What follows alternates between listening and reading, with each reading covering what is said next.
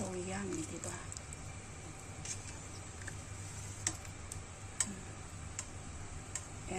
Hello guys, ito po ang aking soup ngayon.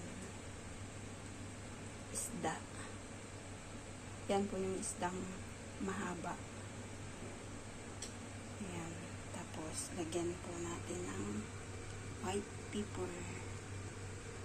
At ito po yung mga ibang ingredients niya. Red dates. Ayan.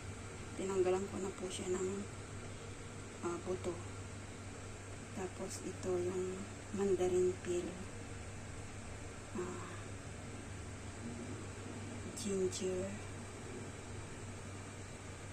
Mofako. Yan, mofako yan. Tapos, ito po sasamyok chop po ito. Yan. Tapos, ito po, pork bones. At carrots. Ayan guys. Ito po ang aking soup ngayon na iluluto. So yummy po ito guys. Ayan. So ayan guys, kumukulo na po yung tubig. Kaya pwede na po nating ihulog yung mga ingredients ng soup. Ayan guys. Unahin po muna natin yung pork bones. So ayan po. Sunod yung carrots.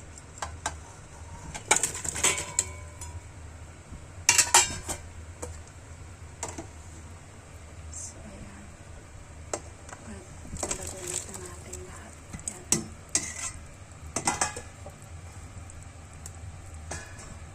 Tapos yung isda.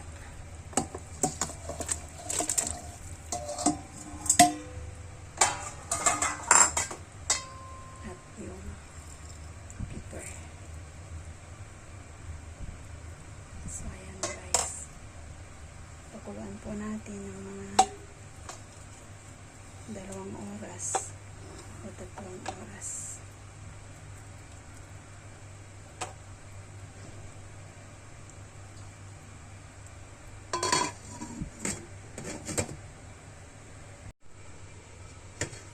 So buksan na natin.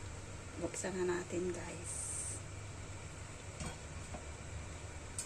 Ayan. Tignan mo ang sarap.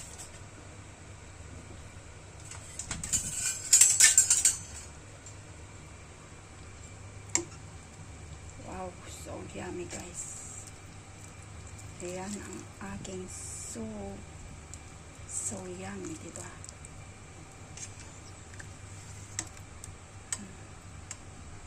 Ayan.